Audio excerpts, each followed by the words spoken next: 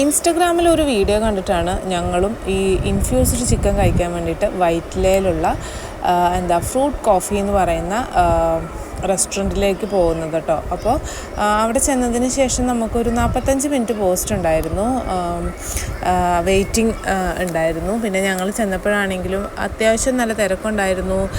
പിന്നെ പുറത്തും കുറേ ആൾക്കാർ വെയിറ്റൊക്കെ ചെയ്യുന്നുണ്ടായിരുന്നു കേട്ടോ ഈ ഇൻഫ്യൂസ്ഡ് ചിക്കൻ കഴിക്കാൻ വേണ്ടിയിട്ട്.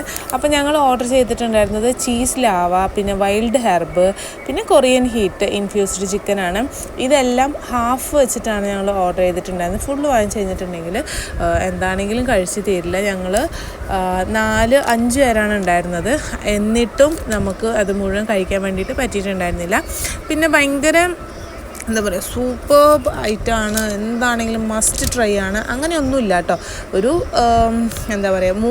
മൂന്ന് സോസാണ്. സെയിം ചിക്കനാണ്, നല്ല വെന്ത് നല്ല സോഫ്റ്റ് ആയിട്ടുള്ള സെയിം ചിക്കനാണ്. ഉള്ളിൽ മസാലയൊന്നും പിടിക്കാത്തതുകൊണ്ട് എല്ലാവർക്കും അതങ്ങോട്ട് ഇഷ്ടപ്പെടണം എന്നുണ്ടായിരുന്നില്ല.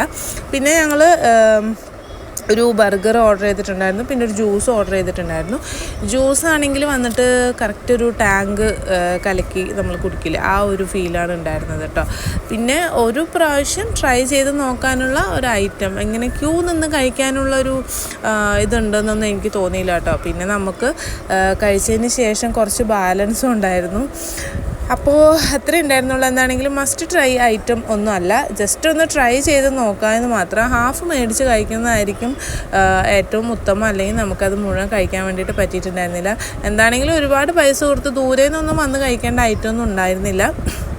അതുപോലെ ക്യൂ നിന്ന് കഴിക്കേണ്ട ഒരു സംഭവമൊന്നും ഉണ്ടായിരുന്നില്ല. പിന്നെ ഒരു അത് കാണുമ്പോഴുള്ളൊരു കൊതി. അപ്പോൾ നിങ്ങളിത് കഴിച്ചിട്ടുണ്ടെങ്കിൽ അഭിപ്രായം കമൻറ്റ് ബോക്സിൽ രേഖപ്പെടുത്തുക. അപ്പോൾ അത്രയേ ഉള്ളൂ. ചാ.